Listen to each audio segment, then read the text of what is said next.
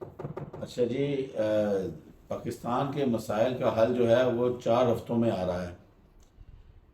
یہ شاہد خاقان عباسی صاحب نے جو پارٹی مل کے بنائی ہے، شاہد خاقان عباسی صاحب ہیں اس میں، مفتاح اسماعیل صاحب ہیں اس میں، وہ کھوکھر صاحب ہیں، تو وہ مل کے انہوں نے پارٹی بنائی ہے، تو ان کا کہنا ہے جی کہ اس کا ان کی مشکلات کا مسائل کا حل 4 ہفتوں میں ہم دیں گے۔ ویسے اس میں سچ ایسی خوش فہمی کا شکار ہونا نہیں چاہیے کسی کو بھی۔ یہ تو جو انہوں نے کہا ہے ہم نے آپ کو آگے اسی طرح فارورڈ کر دیا، کیونکہ یہ وہ لوگ ہیں جو اپنی پارٹیوں میں مس فٹ ہو گئے تھے، ان کو اپنی پارٹیوں نے لفٹ نہیں کروائی، یہ لوگ اپنی سیٹیں نہیں جیت سکے۔ مطلب اب آپ کے سامنے ہی ہیں، مفتاح اسماعیل صاحب نئی سیٹ جیت سکے، اس کے بعد ہمارے جو سابق وزیر اعظم صاحب شاہد خاقان عباسی صاحب، وہ پچھلا الیکشن جو تھا اس میں وہ اپنے علاقے کی، اپنے شہر کی سیٹ نہیں جیت سکے تھے، ان کو اسپیشلی لاہور سے جتوایا گیا تھا۔ اس کے بعد پھر آپ کے جو ہیں کھوکھر صاحب، مصطفیٰ نواز کھوکھر صاحب، وہ بھی سینٹری بنے تھے، وہ بھی اپنی سیٹ نہیں جیت سکے تھے۔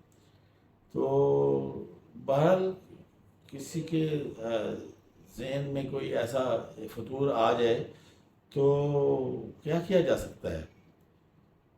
اس کو اب پورا کر لینے دیں، پورا ہو جائے گا تو پتہ چل جائے گا کتنے پانیوں میں ہیں وہ بھی۔ شاہد خاقان عباسی صاحب جب وزیر اعظم رہے تھے اس وقت یہ ہفتے میں پورا وہ حل دے سکتے تھے، اس کو کیوں نہیں دیا انہوں نے؟ یہ بس یہ باتیں کرنے کی اور ہوتی ہیں، جو ہے ہاتھی کے دانت کھانے کے اور دکھانے کے اور۔ ان کو میرا خیال ہے کہ کچھ لوگ اور بھی شاید ان کو جوائن کر لیں، مگر ہوں گے وہی جو جن کو اپنی اپنی پارٹیوں میں جو مقام نہ مل سکا تو یا لفٹ نہ ہوئی تو وہ پکڑ کے تو اس پارٹی میں شامل ہو جائیں گے۔ اب دیکھنا یہ ہے کہ یہ ہمیں کیا نیا دیں گے، کیا نئے وعدے کریں گے جو آگے کسی پارٹیوں نے نہیں کیے۔ چلے، بہرحال گڈ لک دم جی، اگر وہ ان کی جماعت پاکستان کے لیے کچھ کر سکے فیوچر میں، اور پہلی تو بات ہے کہ اسمبلی میں آ سکے، پھر جب اسمبلی میں آئے گی تب بھی کچھ کرے گی نا، تو پہلے سب سے تو اسمبلی میں آ سکے تو گڈ لک جی، آئیں اور سیٹیں لیں اور پھر پاکستان کی خدمت کریں۔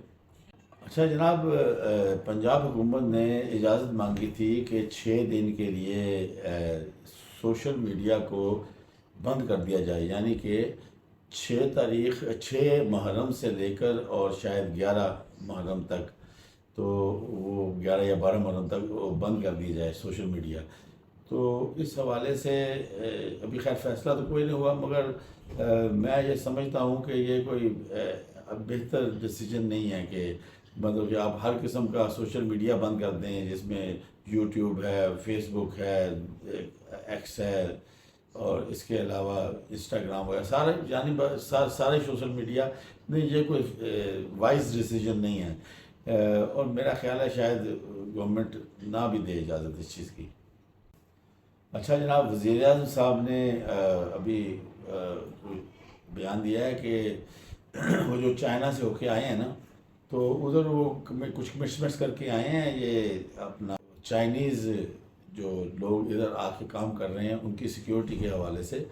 تو اس میں انہوں نے کہا ہے جی کہ جس طرح ادھر نا کسی سی پیک کے سارے اس پہ نا سیف سینٹرز بنائے جائیں گے، جس طرح ہمارے شہروں میں سیف سٹی کانسیپٹ نہیں ہے، جس طرح کہ لاہور میں بھی ہے، راولپنڈی میں بھی ہے، ادھر سیف سٹی کیمرے لگے ہوئے ہیں اور وہ اس کو مانیٹر کیا جاتا ہے، تو بلکہ ان سیف سٹی کیمروں کی وجہ سے کئی جرائم بھی اس طرح کے پکڑے گئے ہیں۔ تو وہ اس طرح کا کانسیپٹ وہ کہہ رہے ہیں کہ ہم سی پیک میں بھی امپلیمنٹ کریں گے۔ اچھا جناب، رانا ثناء اللہ صاحب نے کانفرنس کی ہے، پریس کانفرنس، اس میں انہوں نے کچھ باتیں بڑی اہم کی ہیں جی۔ انہوں نے کہا ہے جناب کہ 9 مئی کے حوالے سے جو دہشت گردی، جلاؤ گراؤ، شدت پسندی، افراتفری، اور ساتھ اس کے ساتھ بیرونی مدد بھی ہو، تو پھر ساتھ ثبوت بھی ہوں، اور وہ کہتے ہیں جی کہ پھر تو کیس تو بنے گا ان پہ. تو اب لگ یہ رہا ہے کہ گورنمنٹ کیس بنانے پہ اب کمیٹڈ ہے کہ اس کیس کو بنا دیا جائے. ایک بغاوت کا، غداری ٹائپ کا کیس ہوگا جو کہ عمران خان صاحب پہ بنے گا. اب ایسا لگ رہا ہے کہ انہوں نے اپنا ہوم ورک مکمل کر لیا ہے، اور اس چیز کا شاید فیصلہ ہو چکا ہے کہ اب یہ کر گزرنا ہے. انہوں نے ایک بات اور کہی ہے، انہوں نے کہا ہے کہ اس کے باقاعدہ ثبوت بھی ہیں، اور اگر کیبنٹ ڈیمانڈ کرے گی تو ہم وہ ثبوت بھی دیں گے. اس سے خیال یہ کیا جا رہا ہے کہ ان کا ہوم ورک مکمل ہو چکا ہے. پہلے ایسے فیل ہوتا تھا کہ جس طرح حکومت تھوڑی سی نا ریلکٹنٹ ہے اس کام میں، ہیسٹنٹ ہے کہ کرے گی یا نہیں کرے گی، مگر اس پر اب ایسے فیل ہو رہا ہے کہ کنسنسس ہو گیا ہے اور اس سلسلے کو چڑھانا ہے. دیکھیں نا، بیرونی مدد، جلاؤ گراؤ، بغاوت، کور کمانڈر ہاؤس پہ حملہ، GHQ پہ حملہ، تو یہ بڑی خطرناک قسم کے ان کے اوپر وہ ہیں، چارجز ہیں. پھر اس کی آگے جو بھی خبر ہوئی تو پھر آپ سے ہم انشاءاللہ تعالیٰ کریں گے. اچھا جی، خان صاحب کی جو بھوک ہڑتال کا اناؤنسمنٹ تھا، وہ کچھ لوگ بڑے اس میں لوگوں میں جوش و جذبہ پیدا کر دیا جی کہ ایک زمانے سے کسی لیڈر کو بھوک ہڑتال میں نہیں دیکھا، تو ہم اب ہمارا جو محبوب لیڈر ہے اس کو بھوک ہڑتال کیے ہوئے دیکھیں گے. مگر ہم نے تو آپ کو کل یہ بات بتائی تھی کہ خان صاحب کے لیے بھوک ہڑتال کرنا اتنا آسان نہیں ہے، کیونکہ ایک انسان جو خوش خوراک، اچھے بھاری جسے کا انسان ہو، اور ایکسرسائزر ہو، یعنی کہ روزانہ کی روٹین کی ان کی ایکسرسائز ہے. آج کی وہ پچھلے 50 52 55 سال سے ایکسرسائز کر رہے ہیں، اور پھر ان کی اور خوش خوراک ہیں کافی. ان کے بارے میں سنا گیا کہ وہ کافی خوش خوراک ہے. تو ایسے بندے کے لیے ذرا یہ ہڑتال کرنا، جو اپنا بھوک ہڑتال کرنا، ذرا مشکل سا کام ہوتا ہے. باہر اناؤنس کیا تھا، اب اس کو انہوں نے کہا جی کہ ہم نا اپنے جو لیڈران ہیں، ہمارے پارٹی کے ممبران ہیں، ان سے مشاورت کے بعد یہ فیصلہ کروں گا. مجھے یہ لگ رہا ہے کہ خان صاحب جو ہیں وہ اپنے ہمارے ہوتے تھے MQM کے جناب الطاف حسین صاحب، تو یہ شاید ان کے نقش قدم پہ چل رہے ہیں. اچھا، وہ نقش قدم پہ ان کے ایسا چل رہے ہیں کہ جب کبھی کوئی بات، عام طور پہ ہم نے یہ دیکھا کہ الطاف حسین صاحب جو تھے نا، وہ عام طور پہ اس طرح کی اناؤنسمنٹ کر دیا کرتے تھے، میں پارٹی کی قیادت چھوڑ رہا ہوں. وہ قیادت چھوڑ رہا ہوں کہہ دینا انہوں نے، اور اس کے بعد انہوں نے گھر بیٹھ جانا، اور اس کے بعد سارے جو پارٹی کے ممبران ہیں، بڑے بڑے لیڈران ان کے، وہ ان کے پاس ہو رہا ہے، نہیں بھائی نہیں، نہیں بھائی نہیں، ایسا نہیں کرنا، رونا شروع کر دیتے تھے ان کے پاس جا کے.